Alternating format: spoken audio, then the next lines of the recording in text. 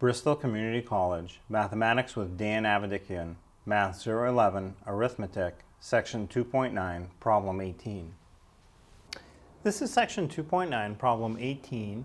We have 7 1/6 minus 1 3/4. So to do a subtraction, we have to make a common denominator, and a good denominator is 12 because 6 divides into 12 evenly and 4 also divides into 12 evenly. So let's set up the common denominator and then figure out what the numerators have to be. So for the upper fraction, the denominator of 6 times some value multiplies to 12. Well, the sum value must be 2. 6 times 2 is 12, so the numerator gets multiplied times that same amount of 2. 1 times 2 is 2. And then for the lower fraction, the 3/4, the denominator of 4 times some value makes it 12, so the sum value must be 3. 4 times 3 is 12. So the numerator must be multiplied times the same amount. 3 times 3 is 9.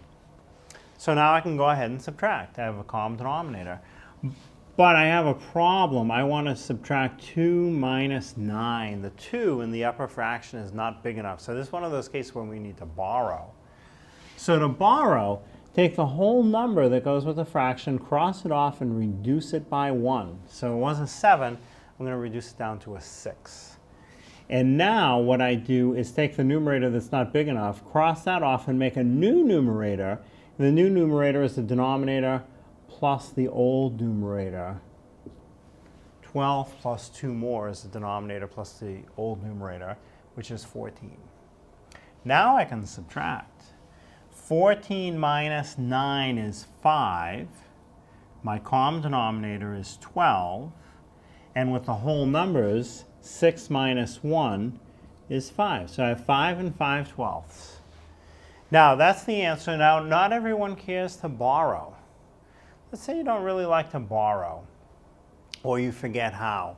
Well, let's start the problem again. And let's say you get to this part. So you have, let's say you have 7 2/12 minus 1 9/12. So you started trying to find the common denominator, and you realize that you have to borrow, and you're not sure if you remember the steps.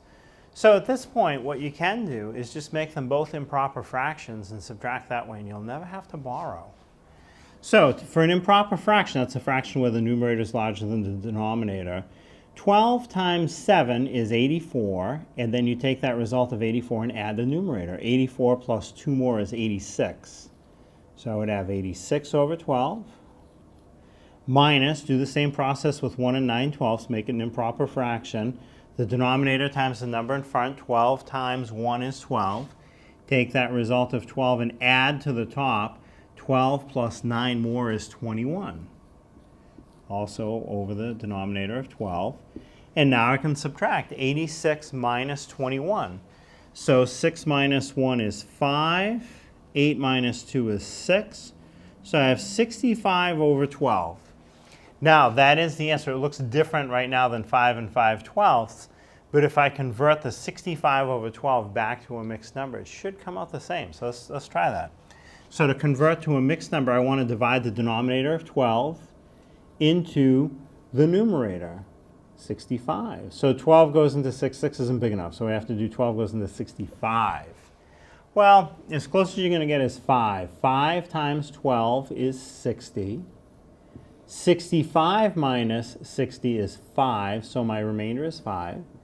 So I have 5 and 5/12, which is the same answer I got with the borrowing.